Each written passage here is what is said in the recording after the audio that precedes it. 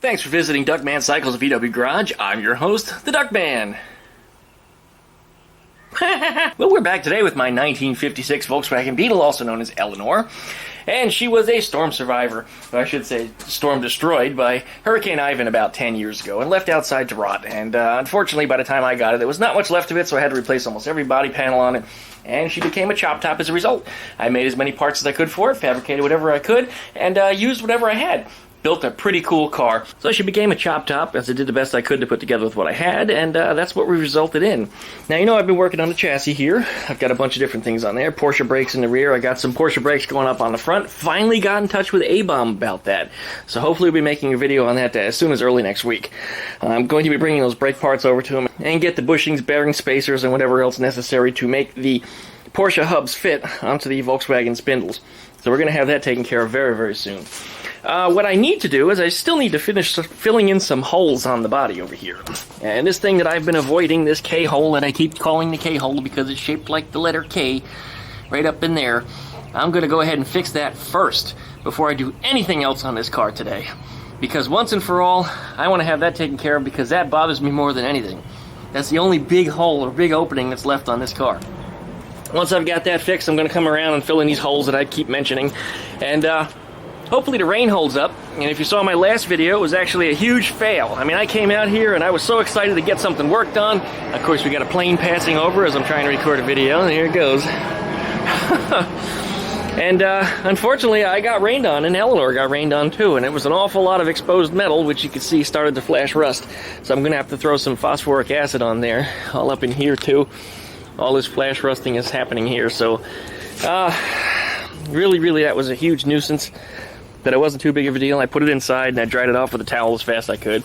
And it looks like it's not too awfully bad. I figured back here I would have found some more streaks of rust, because this was all covered in iron filing from me doing this grinding over here.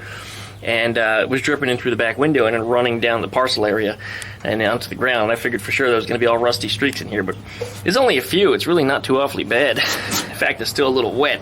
See? Rust right there. And that's just in the iron filings. It's not actually in the car. So I'm going to clean all that up. I'll just use a damp rag and a little bit of phosphoric acid on top of that and neutralize it, make it go away. And once we got that done, I got to do some grinding up in here. This is a little lumpy still. There's a little lumpy up in here too. And then when it comes down to it, I'll start cutting down some glass. Make some glass fit in here. That's probably not going to happen today though. But it is going to happen soon. And keeping up with trying to get this car running by the end of October for the show, I need to get the transmission mounted in there and get the engine mounted and see if we can get that sucker started. Now, it's kind of a one-day job. I mean, you take an engine that hasn't been running in a while, a Volkswagen engine, usually you just oil, gas, clean the points, and then fire right up. And I'm hoping that's probably going to be the case for this one. And I have that engine that's up underneath the counter there. It's been pickled under there for about 5-6 years. It came from another car that I bought way back when.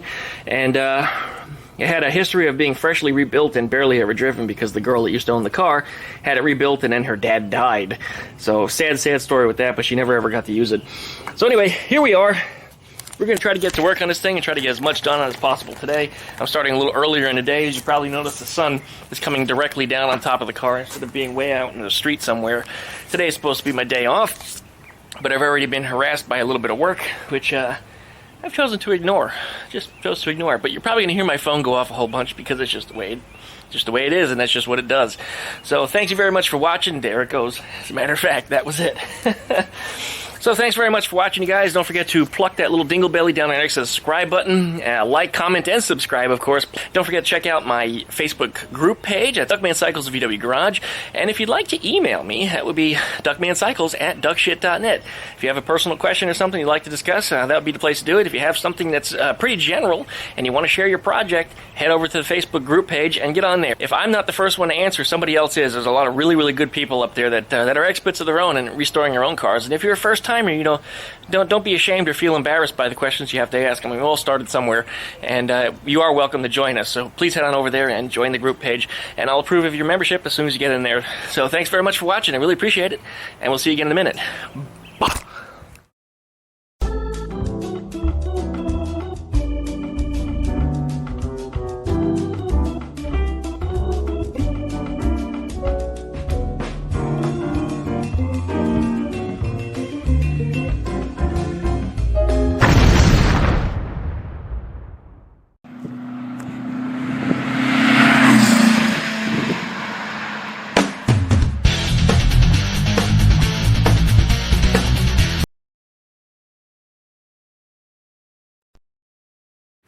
Alright, we're back. There's that K-hole we were talking about.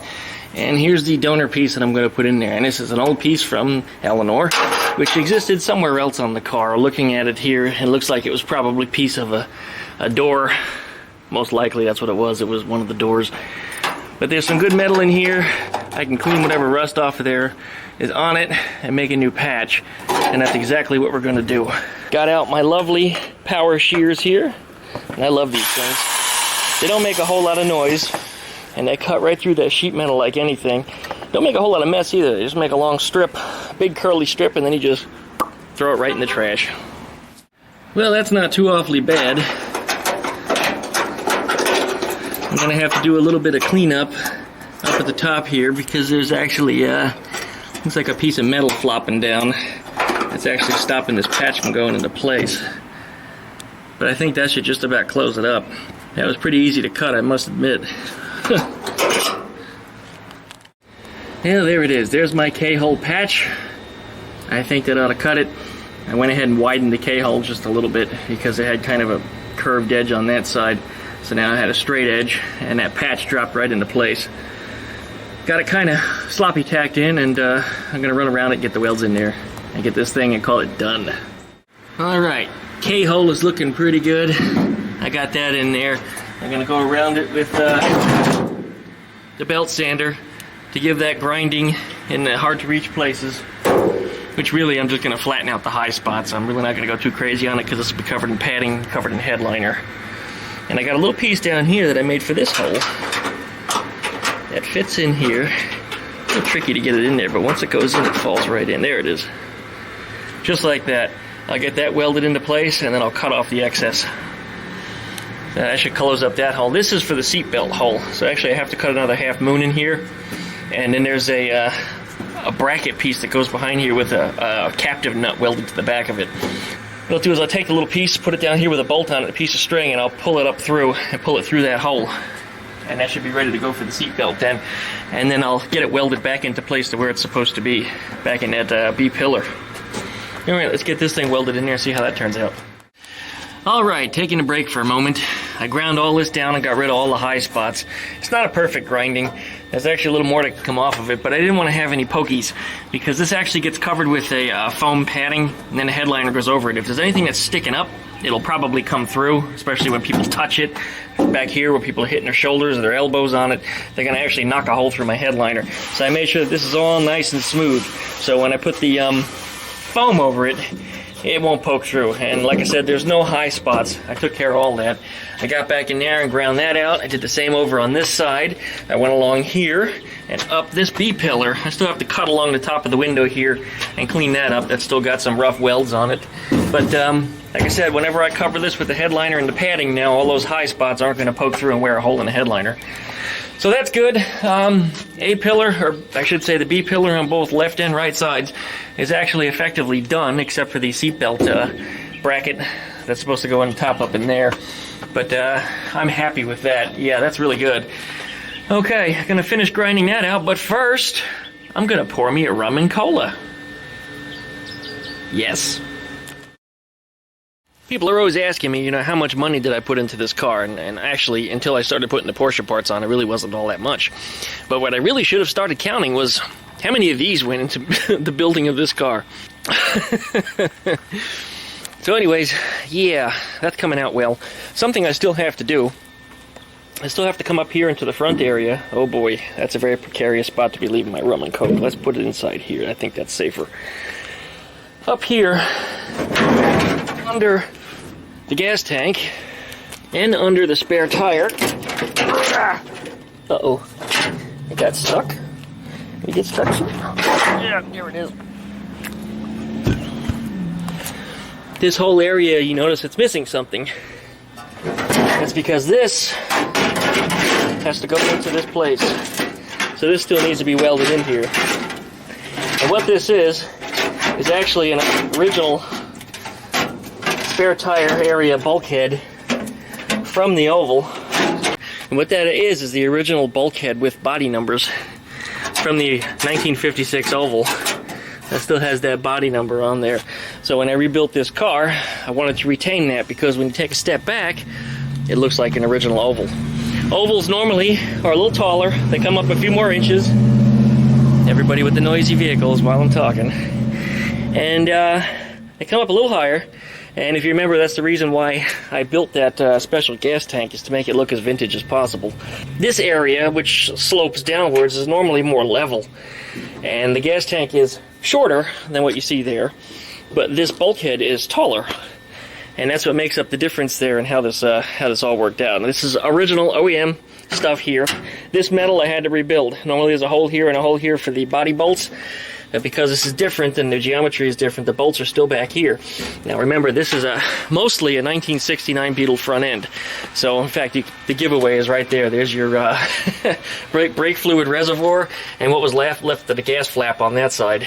And by the way, I love to say that it's actually an original piece of 56 that I patched that hole with. Anyway, yeah, this is mostly a 69 front end. There are some parts from other things welded on here, just miscellaneous stuff I had around to patch holes and fix rust, whatever I had. I still have to get in here and fix that bottom, but before I do that, I'm going to pull this apron back off. That way I can attack the welds on this a whole lot easier. I can get in there with the torch a whole lot better. And then I'll weld that back on. And looking at it anyway, if you notice, it's a little crooked. The bulkhead is straight, but the actual front apron isn't quite right. And it's a little high on that side, and also the fender isn't quite mounted where it needs to be. I think this front end might have been on a car that was hit. There are some wrinkles on this area. Well, actually up underneath the fender. I don't know if you can see it. Yeah, you can't really see it. You can see a little bit through here, but there are some wrinkles, so I think it was poked, and somebody at some point did straighten it, and they didn't do a particularly good job. So I'm going to have to do a little bit of relief cutting and straighten that out. But that's the reason why that front apron isn't quite level. It's a little bit off. More noisy cars. Time for another sip. Oh yeah. All right. So once I finish inside the body over here with my welding grinding, which at this point is mostly just grinding and dropping in the seat belts, I'll probably attack this area up front here and get that straightened out and finished. I still have some holes I need to fix in the A-pillar. Right there, there's one. And it didn't occur to me, but there's actually two little ones on the other side also. That should be real easy to fill, but that piece over there, I'm probably going to make a little piece to drop in there. And the stuff that was really bothering me, which is that K-hole that was in this A-pillar, or B-pillar. Actually, that's probably responsible for a lot of the strength of the car, is now solid, back the way it should be. I still have to finish some cuts in the doors, but the doors, as you see, aren't on here anyway. I'm going to put those back on before I even get to that point and make sure everything gets welded and straight. The driver's side, I actually did second. I worked on the passenger side first. And as a result, by the time I got to the driver's side door, I was an expert. And when I chopped down, everything fit right the first time. On the passenger side, I kind of messed it up. So I'm going to have to do a little bit more cutting and repairing of some of the work that I did, which really isn't too bad. I think I need an extra like 1/8 inch of height in the door. So I got to cut in a few places and boost it up and weld it back together. That's where we're at. I'm going to finish up a few more sips of the beverage, and then I'm going to hit it and keep on welding. Alright, came around here in the C-pillar and welded in those 3 holes that were bothering me. I also hit that hole back here that was next to the oval. That was a little rust spot. That was a spot that caved in. It didn't have a whole lot of rust on it, just enough to make a hole fall through, so I went ahead and filled that over. I'm going to hit those with the grinder real quick, smooth them out, and then I think we're going to go attack the A-pillars up front, and once again, that's my phone!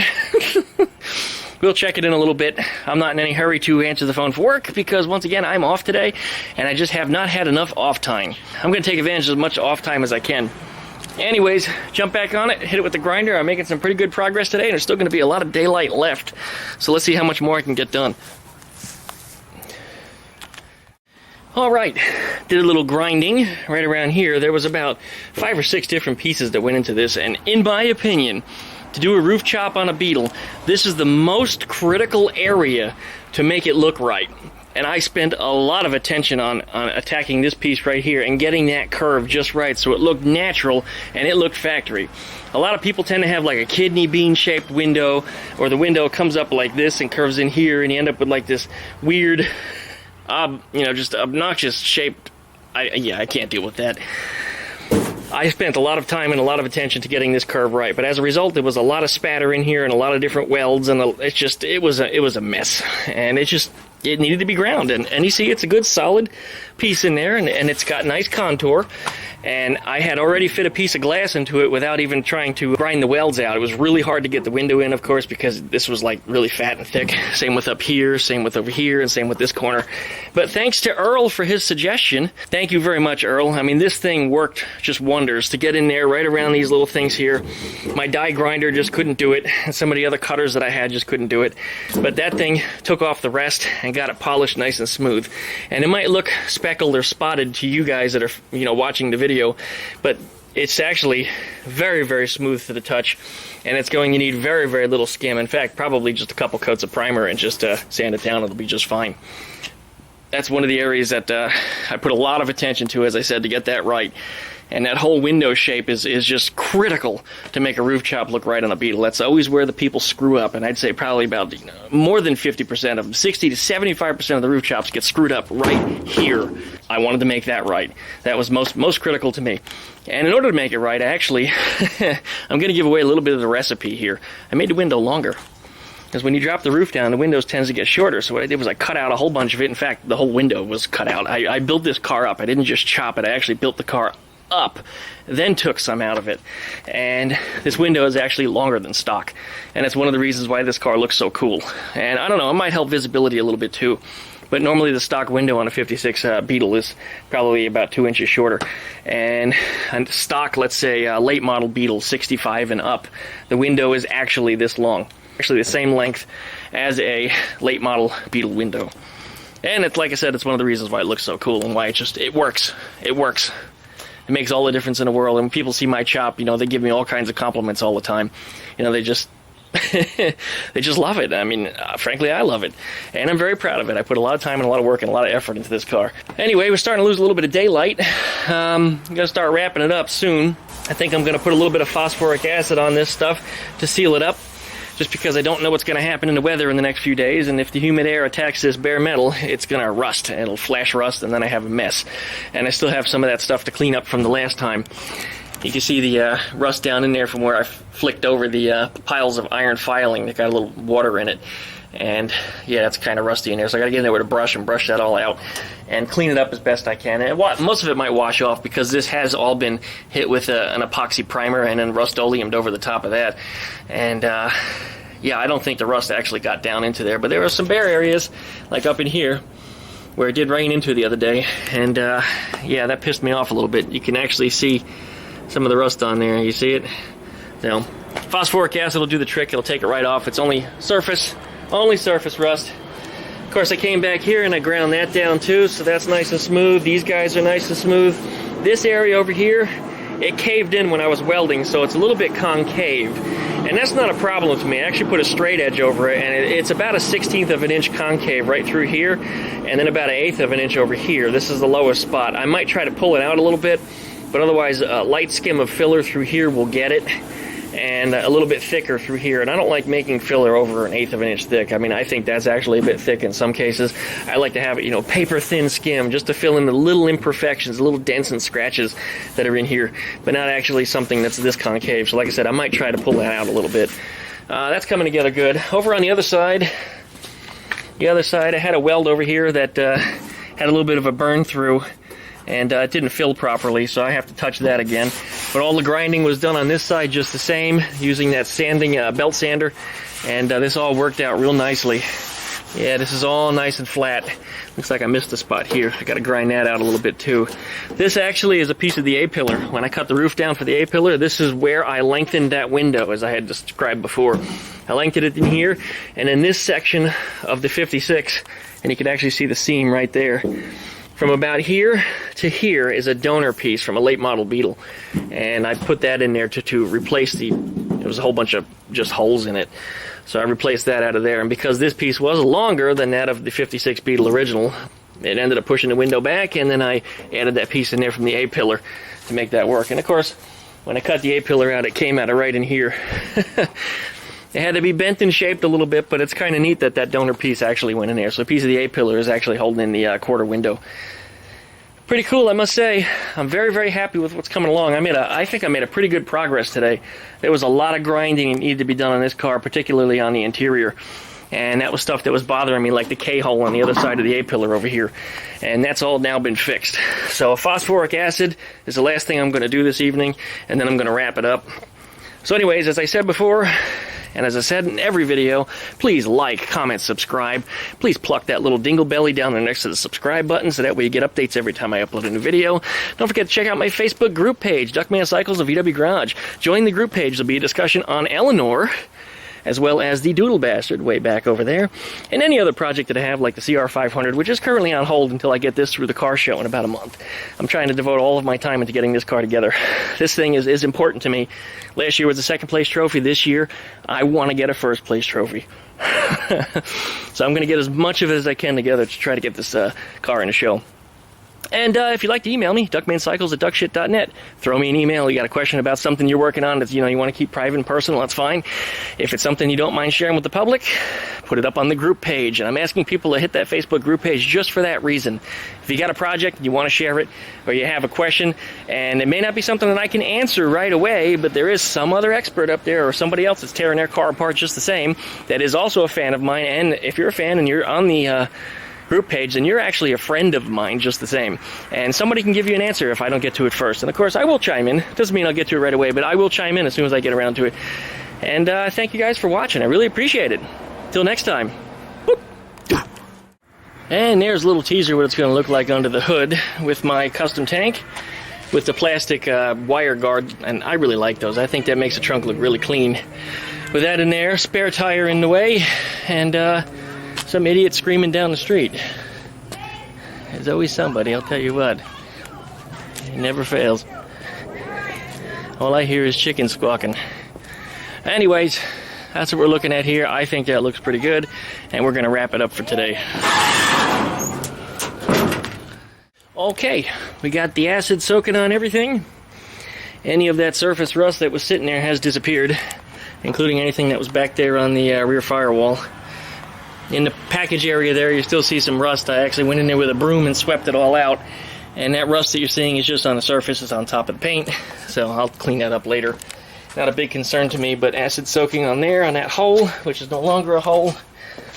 Acid soaking everything on this side. Yep. You could see how the dark and light spots just kind of disappear. They all become one color. Looking good. I'm quite satisfied here. I'm going with it. We're going to end the video for the day. Thanks for watching, you guys.